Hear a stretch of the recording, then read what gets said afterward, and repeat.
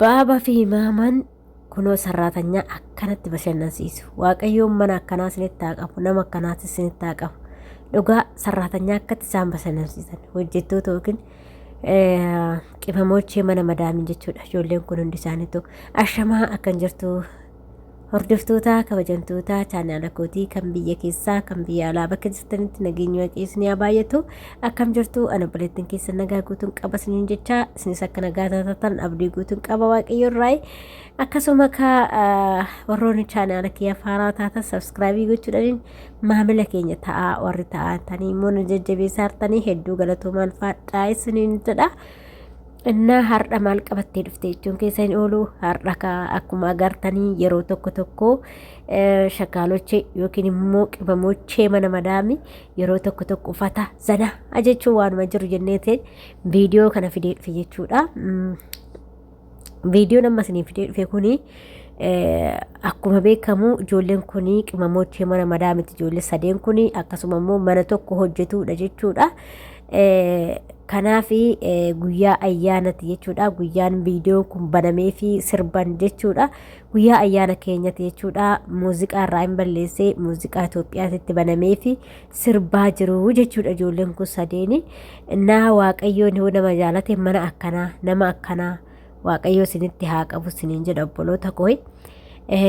Yeroo baay'ee dhugaa dubbachuudha fi nan daawwadha namticha kana. Akkasuma haadha manaa isaa wajjin illee haati manaallee waraabdi gisee tokko inni si waraaba tokko irratti waraabu jechuudha.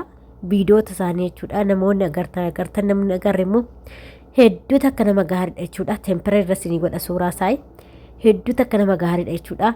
Ijoollee sarraatanyaa kanaa sixoota adda addaa kennaa fi akkasuma suuqiiwwan geessee bashannansiisaa akkasuma immoo kafanoota illee hunduma isaa dhaqee yeroo qorraa yeroo ho'a hedduu bitaaf jechuudha. Bakka baay'ee tokko das nama jedha dhugaa dubbachuudha fi namni tokko gisee tokko araboota illee baduma hundi ishiitu jenne walitti qabnee tunu garuu namni hundi ijoollee koo dhugaa isiniin jedha obboloota koo namni hundi gaarii miti namni hundi badaa miti akkuma nama biyya keenyatti jechuudha. Isaanillee araba gaariinis hin jirti arabni badduunis hin jirti arabni mixiixamtuun hin jirti arabni gara laafetti hin jirti dhugaa akkasii wajjin boochullee hin jirti.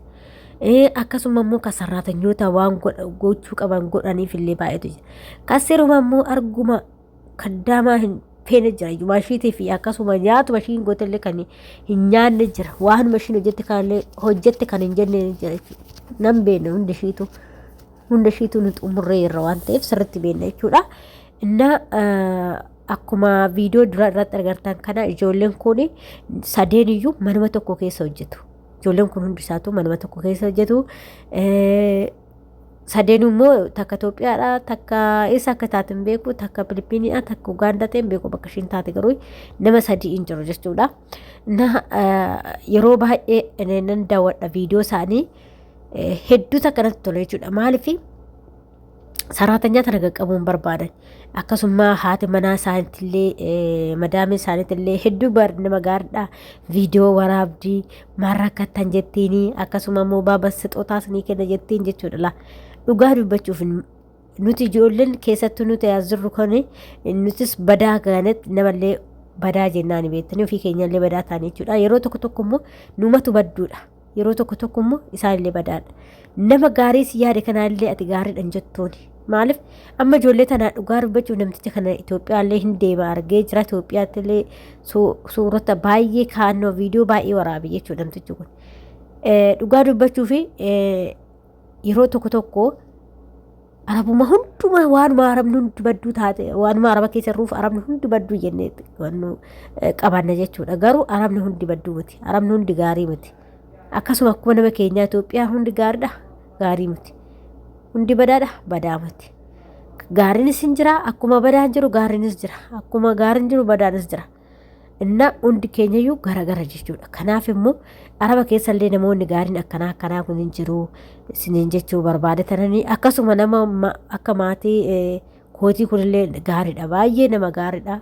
Fakkeenyaaf kanuma ofii biyyaa bira taa'u kun warra gaariidha jechuun isinii barbaadatanii kan akka kootiitis isaan dhugaa dubbachuudhaaf anatu guyyaa ayyaanaa minaaminatti himne malee jarri kun kiyya kun dhugaa dubbachuuf naa akabbaruu ture garuu anti hin himu beektaa maal amma dhugaa dubbachuuf waanuma soboo wayii isinitti fakkaata malee amma gaafa bara haarawaa sanii bara haarawaa keenya irratti jechuudha kan ingiliffaa osoo hin taane kanuma Itoophiyaa jechuudha bara keenya isa irratti jechuudha hin beektanii ijoolleen akkas bara haarawaa irratti kaa uffata bitatan fanni kana baaboo wannoo qabu arungaadha moo haalli wannoo sun kan akkasiis qabu magariisa fi akkasii qabu bitatu miti. እና achumaani akkana jedhee viidiyoota wantoota akkasii kanneen agarsiisee jennaan dhugaa rabbi madaamin koo baay'ee naallolte jechuudha maaliif natti nimi siifin bitaa yookiin siifin xalabaa naan jette jechuudha kunoo qamisoota akkanaa kana kaawwatu har'i guyyaa ayyaana keenya akkanaati waan akkanaatiin jedheen dhugaa rabbii dubbachuuf maaliif natti nimi naan jette dhugaa rabbii jechuudha maaliif natti nimi maaloo siifan bitaa injira shii inni irra wantoonni akkanaa kuni naan jette yoommoo biyya keessanis ta'e siifa fichisiisa naan jette dhugaa rabbii maanatti nimi siifan xalabaa naan jette shiin dhugaa rabbii hinjira naan jette kafanna akkanaa kun guuteera naan jette barma jeeda kaa hinjira shii inni faarralee hinjira gumammoo hinjira sirritti kafanni akkanaa kuni hinjira kan bara haarawaa kan akka keenyaa uffannu sun jechuudha xalabaarralee hinjira jechuudha na xalabeetti kanneen irra hinjira እና maal sin jechuu barbaade tanan seeta wanta isii kana seenti kaasen namni tokko gaariin illee jira osoo namni itti himee naa kabaju ture garuu ofuma kiyyaa itti himne akka namni kun happy birthday daggisu kanallee itti himanne dhugaa dubbachuuf jechuudha maaliif wanta akkasii sanis kaan duraan biyyatti hin diggifne waan ta'eef happy birthday kanas diggifachuu hin barbaanne isa dhiisati ayyaanuma waggaa kana soonneen kabaja jedheeni itti rabbi naa kabaju jechuudha dhugaa rabbachuuf maaliif nama gaariidha waan nan barbaadu sannaa bitanii waan nan barbaadu keeksuun jedhee naa bitanii naa kabaju garuu anatu hin feene malee jechuudha anatu itti himne malee jechuudha maaliif warra gaariidha isin jechuu barbaadu walumaa galatti bakka akka warra kanaati jechuudha si jammar immoo kiyyaa warra kana caala yoon jedhe maaliif ani yeroo ayyaana akkuma isaanii uffadhee oola waan ta'eef inna kanaaf hedduu takka nama gaariidha bakka walumaa galatti nama gaariidha isaan sin caqacaqanii si maaliif sin godhanii bakka yaa ukaasina silaa jechuun namni tokko baree kan si caqacaqu jira kama uffata keeti kan ofii seetii si bitaniisi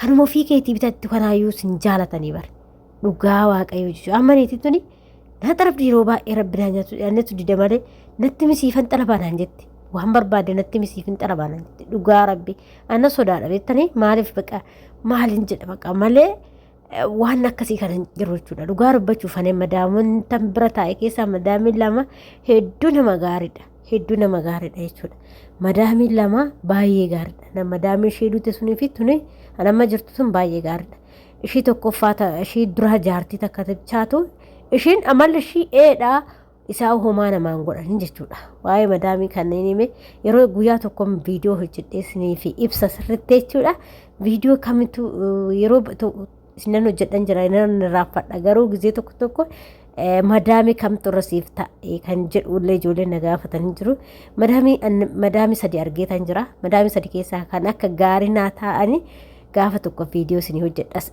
jedha obboloota koo እና kanaafuu nama gaarii hoo taatetillee isaanillee gaarii sii ta'uu jechuudha nama immoo gaafaati namni tokko gaafa sii godheetti waan badummaa isaatiin himtu nama sanii miti waaqayyotu si arga jechuudha odoo sii godhan naan godhani waan akkanaa yoo jettu isaan osoo hin taane waaqayyotu si arga osoo sii godhanu jechuudha yoo siin goone eeyya siin goone yoo sii godhan immoo osoo siin goone naan goone yoo jette gaarii miti jechuudha osuma nyaattu illee nyaanne hoo jette kana gaarii miti jechuudha inna kafan uffattu sunillee dirratti sitti hin goru osuma sii bitanii uffattuyyuu bakka siif hin tolu jechuudha walumaa galatti inna kanaaf isiniin jedha kanaaf maal jechuu barbaadatanii araboonni hundi gaarii miti araboonni hundi badduu miti nama gaarii akkanaa akka warra ijoollee amma bashannansiisaa jiru kunillee hin jiru isiniin jechuu barbaadatanii madaamii gaggaariin hin jirti madaamii babbadduun hin jirti kan ibsiruma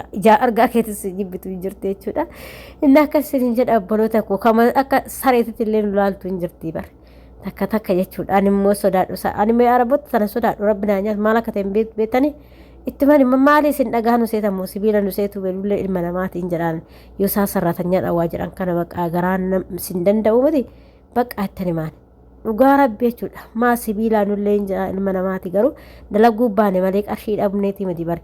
Nusi xiqqoo ishii birrii asiitu xiqqoo achi deeme waa jettiif malee baa'attiin malee nutis fataa inni jiraanna biyya keenya keessatti hin jedha.